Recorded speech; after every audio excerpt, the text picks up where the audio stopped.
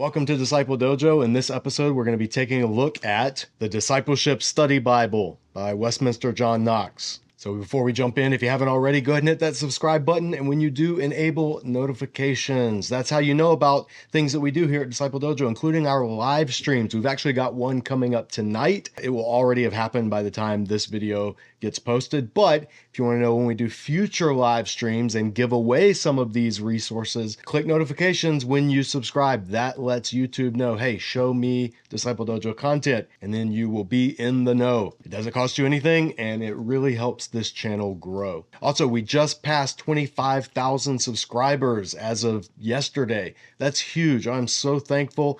This channel continues to astound me. The people that are gravitating towards in-depth, rigorous biblical discussion.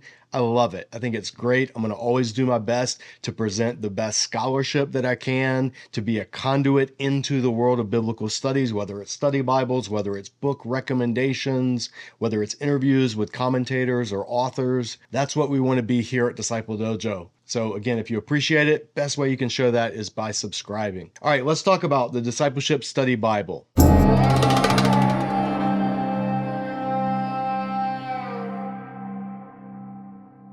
Now, this is a study Bible that a viewer sent to me and asked my thoughts on, so I'm making a video about it.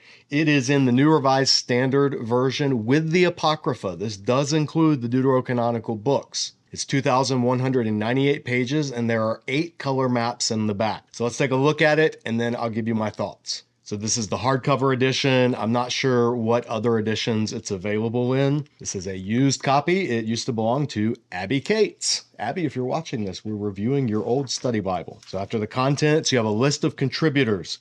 These are mostly mainline contributors. Bruce Birch, Brian Blount, Nancy Bowen, Terrence Fretheim, Frank Gorman, David Hay, Deborah Krause, Nancy Lee, Gail O'Day, Stanley Sanders. This is not an evangelical study Bible. This is not a conservative study Bible. This is a liberal or mainline study Bible. So then the introduction talks about the goal was to make a study Bible that combines presenting information with challenging or raising discipleship-focused questions, reflection questions. So they asked, could there not be a study Bible that illumined both our understanding and our discipleship? That's the purpose of this study Bible. And so they talk about how the notes are intentionally designed to go beyond just what the text is saying and what it meant to what might it say to us? How might it shape our own modern discipleship? So then you have the preface to the NRSV, and this is not the NRSV UE. This was published back in 2008 before that edition had come out.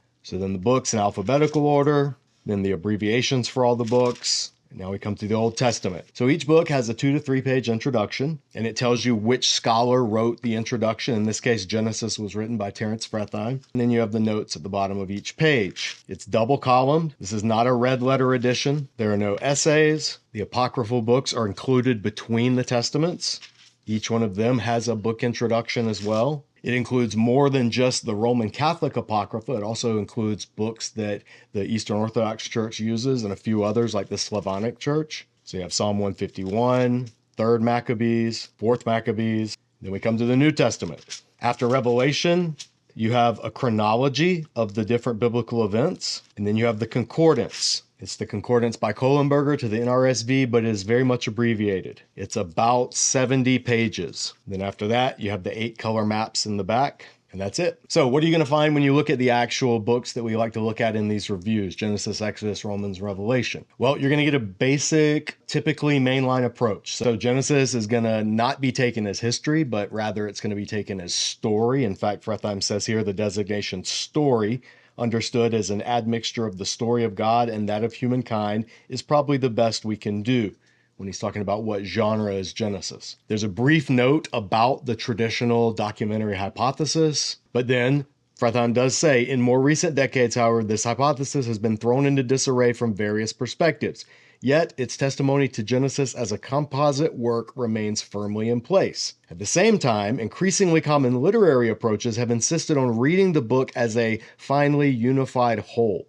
These holistic readings have greatly enriched the study of Genesis. So it acknowledges that most Genesis interpreters are operating from some type of documentary approach, but that the text is better read as a whole. Now, Fretheim will make some specific points in the text that are worth noting. So, for example, Genesis 1:1, he says, in the beginning, does not refer to the absolute beginning of all things, but to the beginning of the ordered creation, including the temporal order. Now, obviously, there is debate about this, and the NRSV does go with this reading. That's why it says, in the beginning, when God created the heavens and the earth, comma, instead of what you see in the NIV, in the beginning, God created the heavens and the earth, period. That's a debate among Genesis interpreters. There are arguments for either reading. The Septuagint reads it the second way, but the Hebrew text lends itself more to this type of translation. So you don't really get a discussion of that in the notes. You just get the one approach saying this is talking about a temporal clause, not an absolute beginning. He does note that translation, a wind from God, which is right here in Genesis 1:2,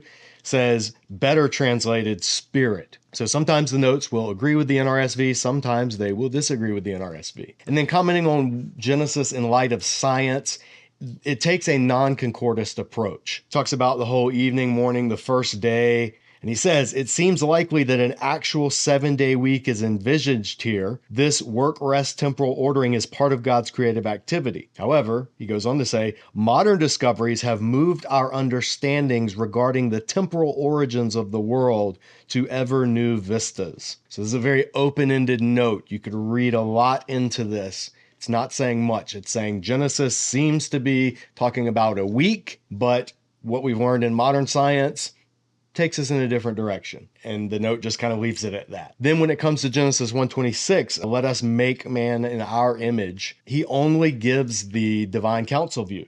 Says the plural probably refers to the divine council. See Jeremiah 23. God here consults with other divine beings.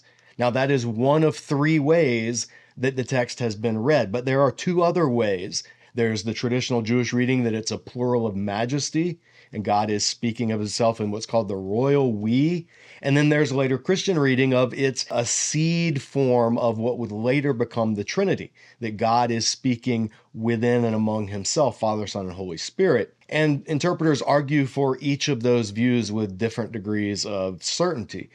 But this only gives one option, and that's the divine counsel option. When it comes to the passage of the woman being created from the man, talking about the rib, it says, perhaps to be translated as side, that woman is made out of part of the man no more entails subordination than the man's creation from the ground entails his subordination to it. So what he's saying in this note is you can't just say, oh, well, woman was taken out of man, therefore woman is subordinate to man, which some people have made that argument. He said, no, because in that case, man would be subordinate to the earth, because man was literally formed out of dirt and God breathed into it. It's an interesting thing to think about. And likewise, when the man names the woman, it says the same thing. Naming does not entail subordination here or in 3:20 any more than does Hagar's naming of God in 16:13. So in 16:13, Hagar encounters God and she names God. Well, if naming always implies subordination, then that would mean that God is subordinate to Hagar, which of course no one would argue. And then another note here on the 2 will become one flesh. He adds at the end of the note, says the text does not imply that one must be married in order to be human, i.e. single persons are fully human. And as a single person, that's nice to see. Jesus was a single person. He was also fully human.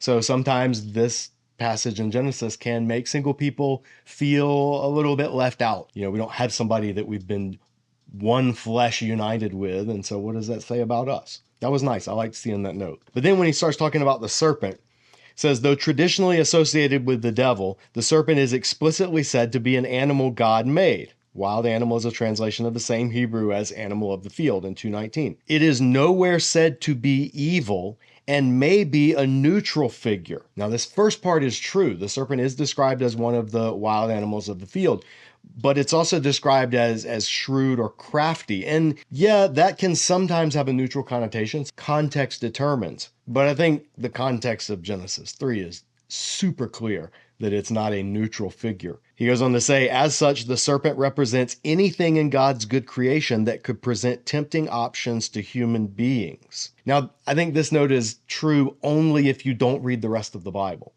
I think for a Christian reader of Genesis, we would not be able to say this in good conscience because the New Testament clearly links the serpent in the garden to an implement of Satan at best. So whether it was an actual serpent that Satan hijacked, whether it was something that the adversary used to tempt Adam and Eve, whatever it is, the motive of the serpent is anything but neutral. And that's also borne out when God curses the serpent. If it were a good or neutral figure, you would not expect to see the way God curses the serpent in Genesis 3. Another interesting note is when it comes to Cain and his wife, age-old question, where did Cain get his wife? If it was just Adam, Eve, Cain, and Abel, and Cain killed Abel, then it's just Adam, Eve, and Cain.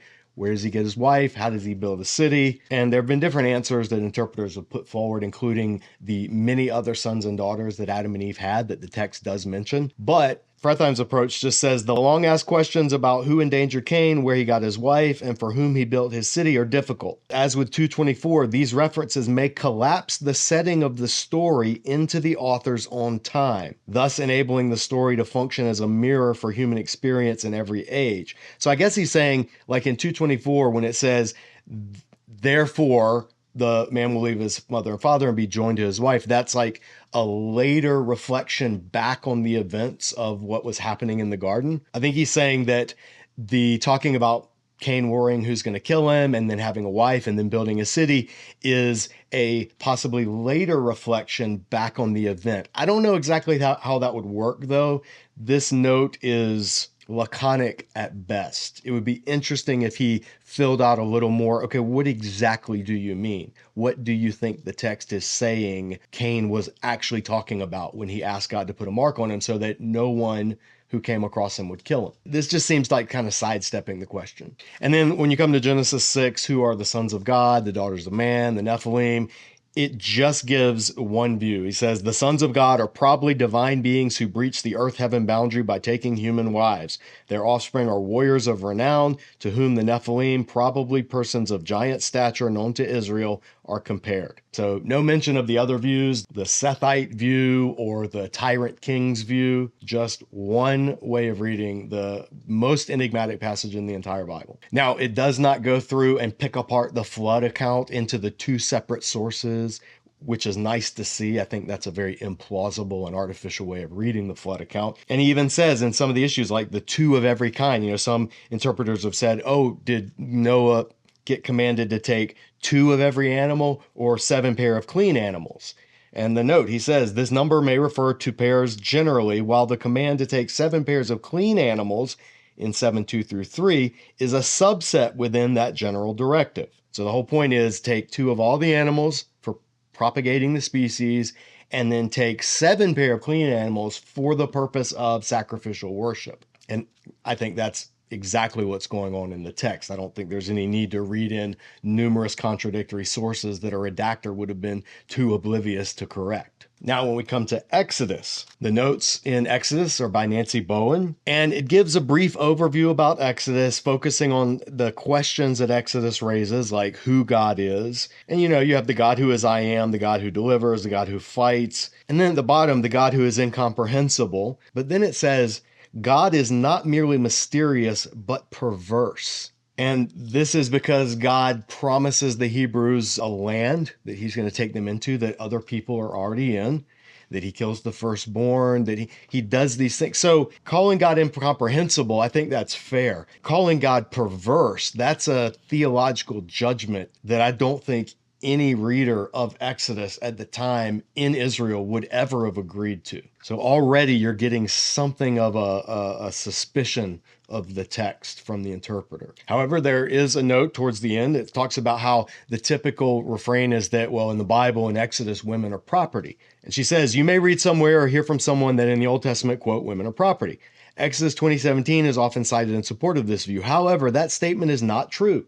An examination of the laws that deal with women makes clear that women could not be treated in an arbitrary and capricious manner. The fact that there is gender inequity in the laws does not justify the conclusion that women are property. And I think that's a fair and a helpful note. And then in terms of the historicity of the Exodus, there's only this one brief paragraph at the end. And she says, after surveying the different views for the dates of the Exodus and other things, she says, not only can't we be sure of when the Exodus happened, nobody is sure about Mount Sinai's location. And there are 3 proposals for the route through the wilderness. All this doesn't mean that it didn't happen the way it says. It just means it can't be proven. And I think that's a fair summary. So overall, I thought this is a pretty good introduction, except for the labeling of God as perverse. I can't agree with that. Of course, skeptics, people who don't accept Scripture as in any way authoritative, I'm sure would have no problem with this. But that's not the position that I'm operating from, at least. But I did notice throughout Exodus that Bowman's notes were much more contemplative than Frethheim's notes for Genesis. And there was also a lot more hypothetical introduced into the notes. So here's an example. This is when Pharaoh's daughter finds Moses in the Nile and takes him in. And the note says, she can be seen as an early biblical example of a group of people who will be known in later Judaism as righteous Gentiles, like Oskar Schindler, who rescued Jews from the Nazi death camps. Righteous Gentiles are those who have learned to love their enemies. Just as Schindler was not the only righteous Gentile during World War II, perhaps there were other Egyptian daughters who rescued other Hebrew sons. Consider how we might love our enemies. Now, there's nothing in the text about this. This is entirely speculative. It's neither able to be proven or disproven, but it's used as a jumping off point for, okay, how can we be like Pharaoh's daughter? How can we love those we're not supposed to love? Which is, of course, a fair question. You just have to know this is very hypothetical. And then the note about God hardening Pharaoh's heart talks about it being a theological conundrum, but then notes that sometimes Pharaoh hardens his own heart, sometimes God's doing it. And so she talks about liberation and that this shows us that God desires liberation, even if there's a cost to the oppressors, in this case, loss of power, prestige, status, and wealth. She says, God knows that Pharaoh's hard heart and increased repression are a step along the way of liberation. God understands that liberation comes only when enough pressure is exerted on the system to compel liberation. Liberation in Exodus is messy business. Can liberation happen in other ways? And she presents this almost as axiomatic, that liberation can happen only when pressure is exerted on the system, which may or may not be true, but it subtly shifts the focus from a divine act of God on a hard-hearted Pharaoh to a general sense of exert pressure on systems in order to bring about liberation. Not saying whether that's right or wrong. It's just you see a little bit of a theological underpinning coming through. And then another hypothetical, and this one was fairly interesting. She says 2 names of God are given. Elshadai, translated as God Almighty, can also be translated God of breasts or breasted God. Now, shad is the Hebrew word for breast. So El Shaddai, etymologically, could be the case. I've also heard that it's a shad or Shaddai, breast, is a euphemism for mountains, and that this is more like God of the mountains or God over all the mountains. And so there's some question there. What meaning of shad is taking place in this name? But going a little bit beyond that, I think she says, in Genesis, El Shaddai occurs in contexts of blessings and promises of offspring, which is all of God's covenant promises in Genesis involve offspring because it all goes back to the seed promise that he gave to Abraham. But she says, this is a female image of God who concerns herself with fertility and abundance. That's going beyond what the text can actually bear. This seems to me like the etymological fallacy. And while I think that you can find female images of God in Scripture, I don't think interpreting El Shaddai as breasted God is the point you want to try and build that case on. And then one more example of just some of the hypotheticalizing that you see in these notes. At 11:5, the death of the Egyptian firstborn, the final plague, she says, the deaths of the Egyptian baby boys correspond to the deaths of Hebrew baby boys, 1:16 and 22. But what does it mean that innocent children must die for our deliverance? Perhaps there were Hebrews who saved the lives of Egyptian babies that night. And then says, see the note at 2:5, which is Pharaoh's daughter saving baby Moses. Again, that's just pure hypothetical introduced. There's nothing about that in the text whatsoever. So when we come to Romans, we have a 2-page introduction by David Hay. Not bad. It's Pretty standard introduction to Romans. But then the notes throughout Romans, Romans is usually one of the more densely commented on books in any study Bible. But the notes are surprisingly few. On each page, there's only maybe 3 to 4 notes total. In Romans 7, one of the most disputed chapters in the entire book, there are literally only 2 notes. And neither of them have anything to do with the key question of Romans 7, which is, who is this I that Paul is talking about? Is it his ongoing struggle with sin, or is he speaking rhetorically as this figure that he's in dialogue with, or something else? There's really nothing in the notes on that. Then when you come to 9 through 11, which is sort of like the predestination and the Israel passages, again, very densely commented passage in Romans. There's 2 notes on Romans 9 on this page. There's 3 notes on this page. There's only 1 note on all of Romans 10, which is sort of the midpoint of this whole chiasm. And then on note 11, there's 1, 2, 3, 4, maybe 5 or 6 notes on all of chapter 11. Nothing about who the all Israel is and the questions that people have about what Paul is expecting to happen. So I was very surprised at how few notes there are in a study Bible on the book of Romans. And then we come to Revelation. Gail O'Day does the introduction to Revelation here. And she makes this comment, which is bizarre. Talks about how there really wasn't massive empire-wide persecution in the first century. There was a little bit of persecution that would kind of sporadically break out in different parts of the empire. Famous example being Nero in Rome, but also in Asia Minor, there was some persecution going on. But she sort of dismisses that and just says, for most of the readers of Revelation, John is trying to encourage resistance to the pull of the empire. The problem is not persecution by the empire, but accommodation to the empire. I think this comment is half right. It's just bizarre. Revelation itself mentions people who are put to death by the empire for their faithful testimony in Jesus. So it's just an odd thing. You would have to dismiss a lot of Revelation and a lot of history to say definitively Revelation is not written about persecution from the empire. I think it certainly was. But she does note the structure of Revelation, and there's a good point she makes here. It says Revelation consists of many cyclical series, the 7 seals, 7 trumpets, 7 bowls, as well as many complementary visions of the church and of the power of evil. The cyclical patterning of Revelation conveys that these visionary series are not a literal mapping of the future, but provide a way of viewing human history from the perspective of the kingdom of God. Now, I do agree with this. I think that Revelation, the cyclical pattern, and we talk about that in our study here at Disciple Dojo. We have an entire free course that walks chapter by chapter through the book of Revelation. It's called Revelation, a Guided Tour of the Apocalypse. I'll put a link to it in the video description. You can check it out. The workbook is free download on the Disciple Dojo website.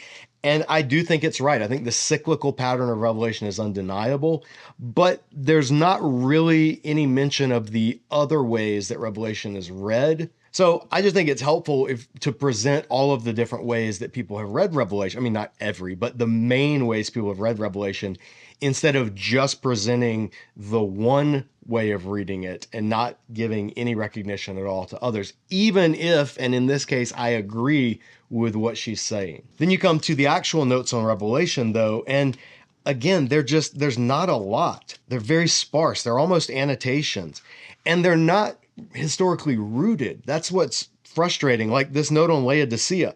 The whole concept of the letter to Laodicea hinges on understanding the background of the church at Laodicea and the city of Laodicea, what they were doing, what was going on, what they were known for.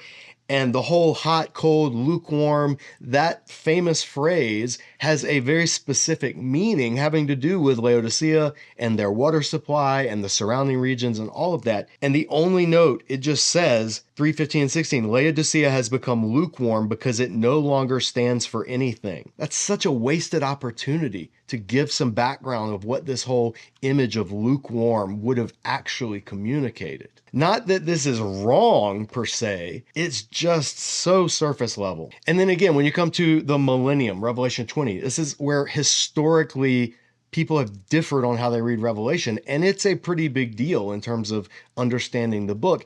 And the only note here, it just says 24 through 6, the millennial reign. 1,000 years is a symbolic number, not a literal counting of time. See Psalm 94. The time of the future will be according to God's reckoning, not ours. Ironically, 1,000 years has been turned into a tool in human timekeeping. The challenge for discipleship is to be open to the rhythms of God's time instead of trying to dictate it. So there's no mention of what this 1,000 years actually is supposed to symbolize. If it's not a literal 1,000-year reign, what is it? Nothing in the notes is going to tell you that. So that kind of encapsulates my frustration with the Discipleship Study Bible. I think this is barely a study Bible, in all honesty. I think you got some book introductions, you've got some annotations, you've got some hypothetical thought experiments, but you don't have a lot of rigorous study material. You do have the Apocrypha, and the Apocrypha does have annotations that go along with it, and I didn't peruse all of the apocryphal books, but if the notes in it are as minimal as the notes in the rest of the study Bible, I can't imagine it being too helpful for understanding the Apocrypha either. So overall, I was just really disappointed with this. I mean, even knowing, yes, this is going to come at, I'm an evangelical, so my theological perspective is going to be different than almost all of the contributors to this. And that's okay. I think you should read widely and you should listen to voices outside of your own theological camp. But when I think about other study Bibles from this stream of Christianity that we've reviewed here on the channel, whether it's Oxford Annotated, whether it's the CEB Study Bible, HarperCollins, the SBL Study Bible, I mean, I've reviewed a number of mainline to liberal study Bibles. This one just doesn't even come close to the amount of content and helpful content that you find in those. So I don't recommend it. I think that if you want a Bible with the Apocrypha, there are probably better ones out there. This wouldn't be the one I'd recommend. I just was very disappointed in what I found in this. So unless you pick this up for like $1 at a used bookstore or something, I don't think it's worth it. I wouldn't recommend this as a study Bible. Those are my honest thoughts. As always, if you agree, if you disagree, let me know in the comment section below. I'm always open to things that I may have missed. Maybe there's some really good points in the study Bible and I just didn't catch it because it wasn't in the sections I was looking at. Feel free to share those. I'm always open to pushback. We never mind good, healthy sparring here at Disciple Dojo, but that'll do it for this review. Thanks for watching. Again, if you haven't already, we'd love for you to subscribe. And when you do, enable those notifications. We appreciate all of you who have supported this channel, and stay tuned. We'll continue to review more study Bibles out there. If you have a study Bible you'd like me to review that I haven't, first check the playlist. Most people don't even know YouTube, you can organize things into playlists. They just look at the video that pops up on their screen. Well, we have a whole playlist here at Disciple Dojo. It's called Bible Reviews and stuff. So click on Disciple Dojo's channel, tap the playlist button, and you will see a bunch of playlists.